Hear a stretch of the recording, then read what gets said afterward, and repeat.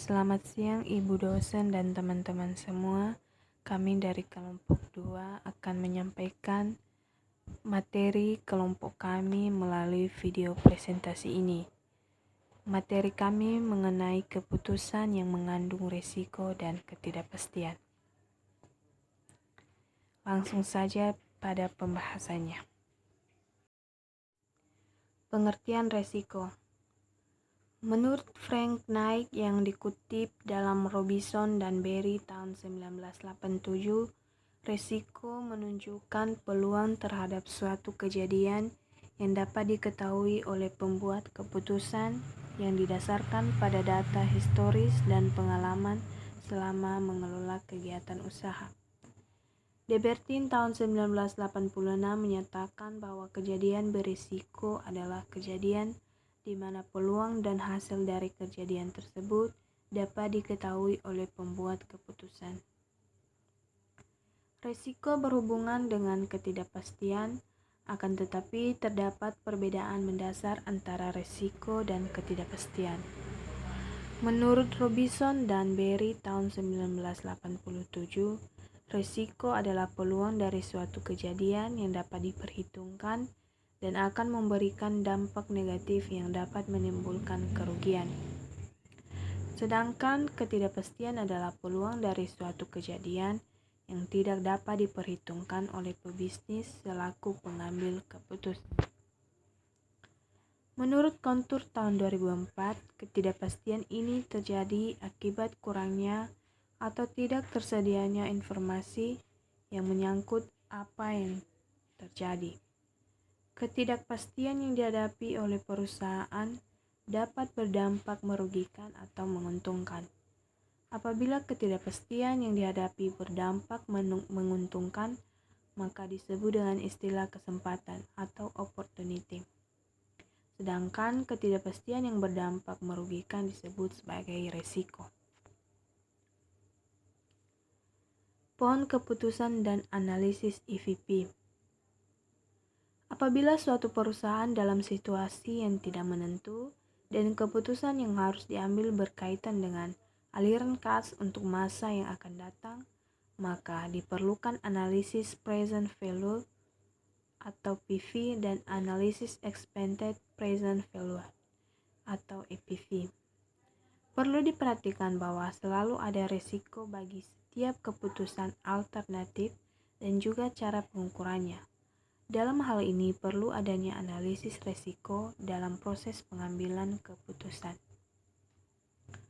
Pohon keputusan dan analisis EPV diperlukan apabila keputusan yang dibuat mempunyai implikasi terhadap biaya dan penerimaan pada periode sekarang dan setidak-tidaknya satu periode yang akan datang. Pohon keputusan akan memberikan fasilitas untuk menganalisis EPV karena alat ini akan menyebarkan dari keputusan seperti cabang pohon dan mempermudah memperhitungkan join probabilitas dari keputusan yang telah diambil.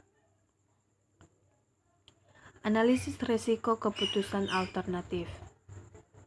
Dengan mengetahui adanya tingkat risiko dari setiap keputusan alternatif, maka kita akan selalu dapat memperhitungkan risiko dari keputusan yang kita ambil.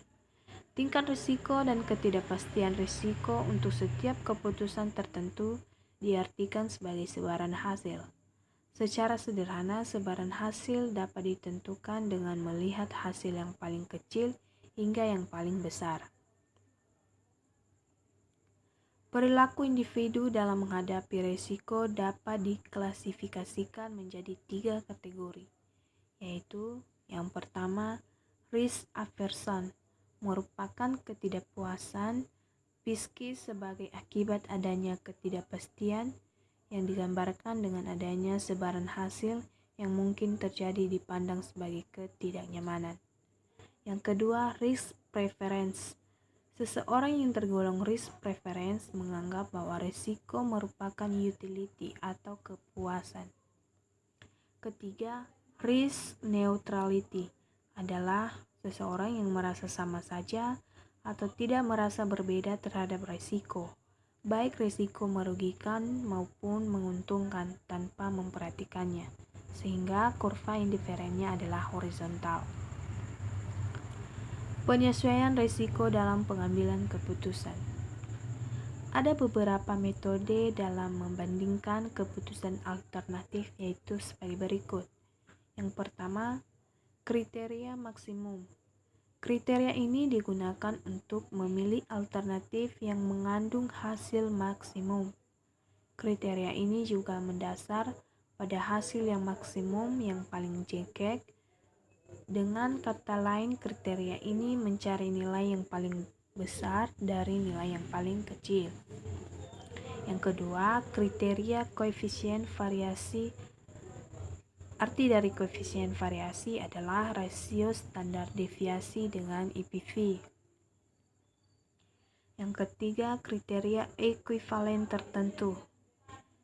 Ekuivalen tertentu, suatu keputusan alternatif adalah sejumlah uang tertentu yang membuat manajer indiferen antara mengambil keputusan dan menerima sejumlah uang tertentu. Berdasarkan kriteria ini, maka manajer melakukan seleksi atas keputusan alternatif yang memiliki ekuivalen tertentu yang paling tinggi.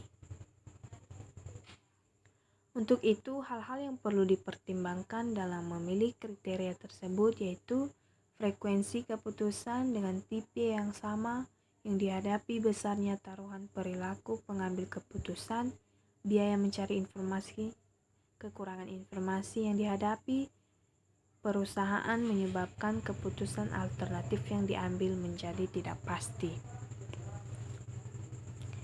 Evaluasi terhadap keputusan yang telah dibuat. Keputusan tergantung pada faktor sebagai berikut.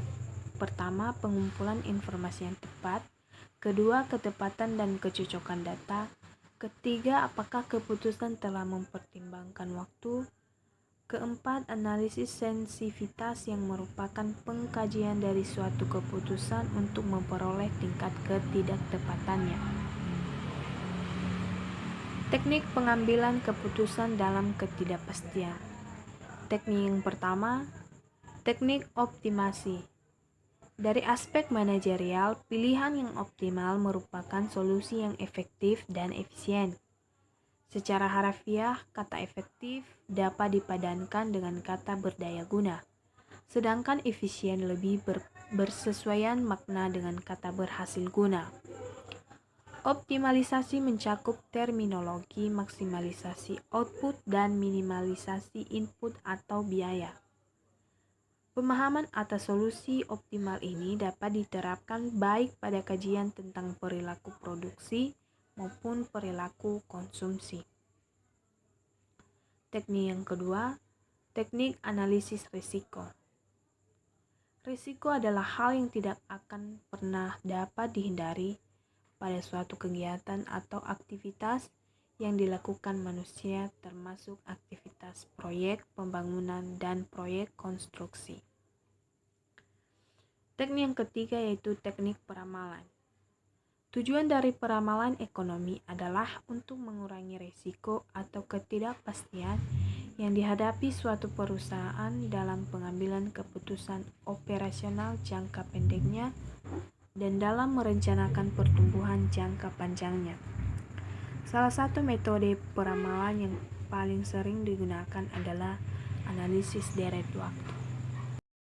Demikian video presentasi kami dari kelompok 2. Semoga video presentasi ini bisa bermanfaat bagi kita semua. Terima kasih.